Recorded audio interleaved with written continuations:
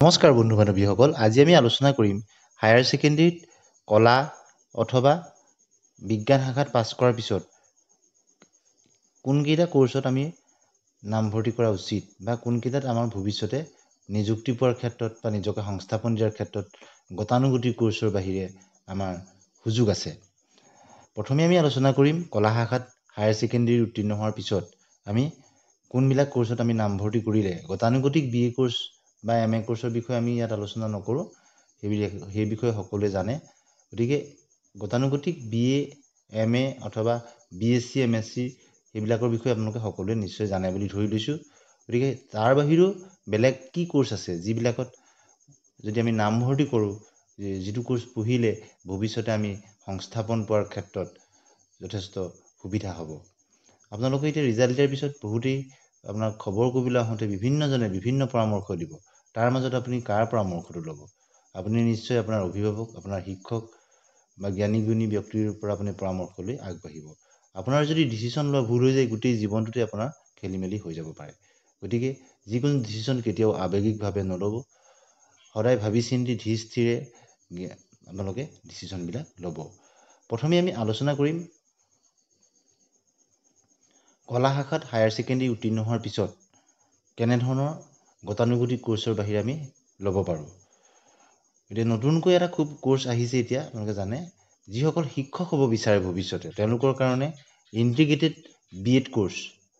Higher ছেকেণ্ডেৰীত আপুনি কলাতে হওক, বাণিজ্যতে হওক বা বিজ্ঞান শাখাতে হওক অথবা ভকেশ্যনেলতে হওক, যি কোৰ্চতে আপুনি উত্তীৰ্ণ নহওক কিয়, আপুনি যদি ভৱিষ্যতে শিক্ষক হওঁ বুলি ভাবে 4 বছৰীয়া BEd কোৰ্চ এটা আছে। অসমৰ 3-4খনমান মহাবিদ্যালয়ত নতুনকৈ এই বছৰৰ পৰা কোৰ্চ আৰম্ভ হ'ব আৰু ইয়াৰ অনলাইনৰ ডেট 30 এপ্ৰিলত শেষ হৈছিল যদি পুনৰ বঢ়াই দিছে। গতিকে আপোনালোকে আবেদন কৰিবলৈ এতিয়াও সময় আছে।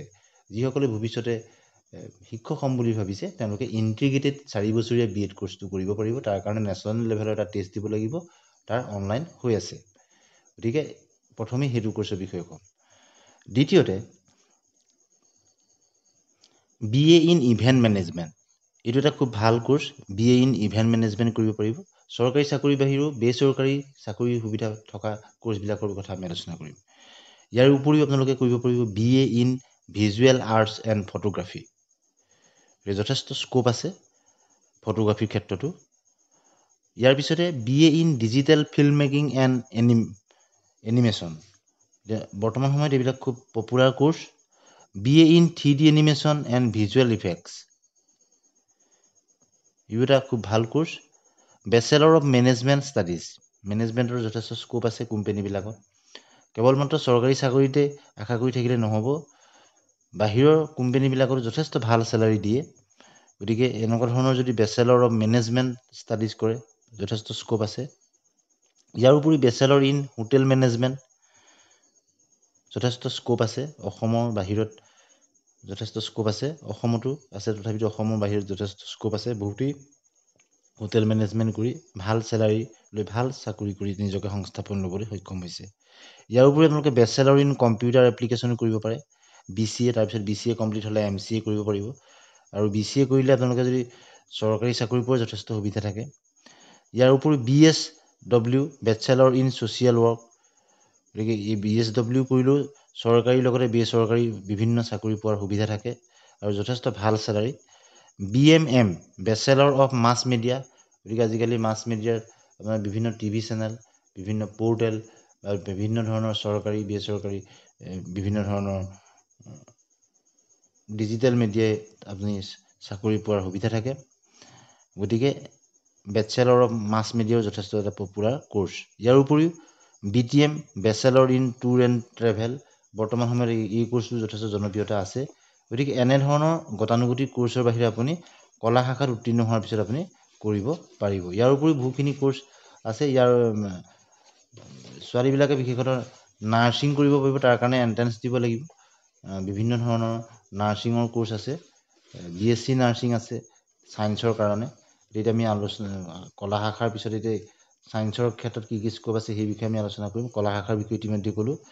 যদি ছায়েন্স বা বিজ্ঞান শাখাত আপুনি পঢ়ে, বিশেষতঃ ছোৱালীবিলাকে নাৰ্ছিঙৰ ক্ষেত্ৰত বহুত তেওঁলোকে আগ্ৰহী গতিকে নাৰ্ছিঙৰ কাৰণে এণ্ট্ৰেঞ্চ দি আপুনি পঢ়িব পাৰে চৰকাৰীভাৱেও বিভিন্ন ধৰণৰ স্কলাৰশ্বিপ পায় তেওঁলোকে ইয়াৰ উপৰিও বিজ্ঞান শাখাত যদি আপুনি হায়াৰ ছেকেণ্ডেৰীত উত্তীৰ্ণ হৈছে ইয়াৰ আপুনি জানে নিশ্চয় BTech কৰিব পাৰে অৰ্থাৎ ইঞ্জিনিয়াৰিঙৰ ক্ষেত্ৰত কি ক্ষেত্ৰত BTech কৰিব পাৰি বিষয়কেইটা মই কৈ দিছোঁ প্ৰথমেই হ'ল এৰ'নটিকেলতো আপুনি কৰিব পাৰে কৃষিত কৰিব পাৰে স্থাপত্যবিদ্যাত BTech কৰিব পাৰে 4 বছৰীয়া কোৰ্চ এইবিলাক অটোমোবাইলত কৰিব পাৰে জৈৱ প্ৰযুক্তিত কৰিব পাৰে বা জৈৱ চিকিৎসাত কৰিব পাৰে চেৰামিকত কৰিব পাৰে ৰসায়নত কৰিব পাৰে অসামৰিকত কৰিব পাৰে কম্পিউটাৰত BTech কৰিব পাৰে কৃত্ৰিম বুদ্ধিমত্তা আৰু যন্ত্ৰ ভাষা যিটো আৰ্টিফিচিয়েল ইণ্টেলিজেঞ্চ বুলি কোৱা হয় computer networking electrical electronics and communication খুব পপুলাৰ এটা কোৰ্চ তাত BTech কৰিব পাৰে পাৰিপাৰ্শ্বিক ফেব্ৰিকেশ্যন টেকন'লজি উদ্যোগিক প্ৰডাকশ্যন তথ্য প্ৰযুক্তি ইনষ্ট্ৰুমেণ্টেশ্যন এণ্ড কণ্ট্ৰল উৎপাদন মেৰিন মেকানিকেল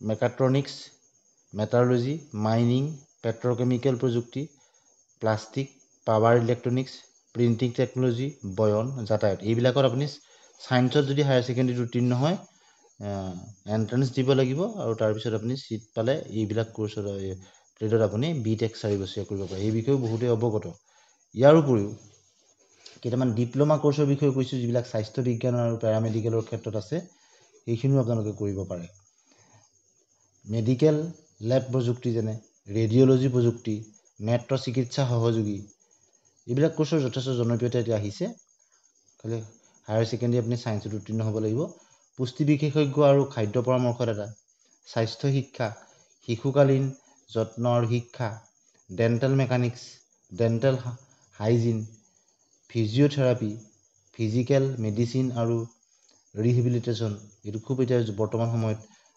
পপুলাৰ হৈছে ক্ৰিয়াভিত্তিক থেৰাপি খুব জনপ্ৰিয় মানসিক স্বাস্থ্য বাক থেৰাপি আৰু অডিঅ'লজি স্বাস্থ্য আৰু পৰিৱেশ HIV আৰু পৰিয়াল পৰিকল্পনা শিক্ষা হাস্পাতাল প্ৰশাসন পৰমাণু মেডিচিন প্ৰযুক্তি নাৰ্ছিং অটোমেট্ৰি ফাৰ্মাচী নেচাৰোপেথি এইবিলাকত আপুনি পেৰামেডিকেল কোৰ্চ কৰিব পাৰিব হায়াৰ ছেকেণ্ডেৰীৰ পিছত এইবিলাক কৰাৰ পিছতে চৰকাৰী বেচৰকাৰী অনুষ্ঠানত আপুনি সহজেই চাকৰি পাব গতিকে আজি আমি খুব চমুকৈ প্ৰথমতে আমি আলোচনা কৰিলোঁ কলা শাখাত 10টা খুব 10-12টামান আমি আকৰ্ষণীয় কোৰ্চৰ বিষয়ে ক'লোঁ ইয়াৰ পিছতে বিজ্ঞান শাখাত হায়াৰ ছেকেণ্ডেৰী উত্তীৰ্ণ হোৱাৰ পিছত কেনেদৰে কোৰ্চ কৰিব পাৰি সেই বিষয়ে আগবঢ়ালোঁ পৰৱৰ্তী সময়ত আৰু নতুন নতুন কোৰ্চৰ বিষয়ে আপোনালোকলৈ আগবঢ়াই দিম আপোনালোকে কেনেধৰণৰ কেৰিয়াৰ সম্পৰ্কীয় ভিডিঅ' বিচাৰে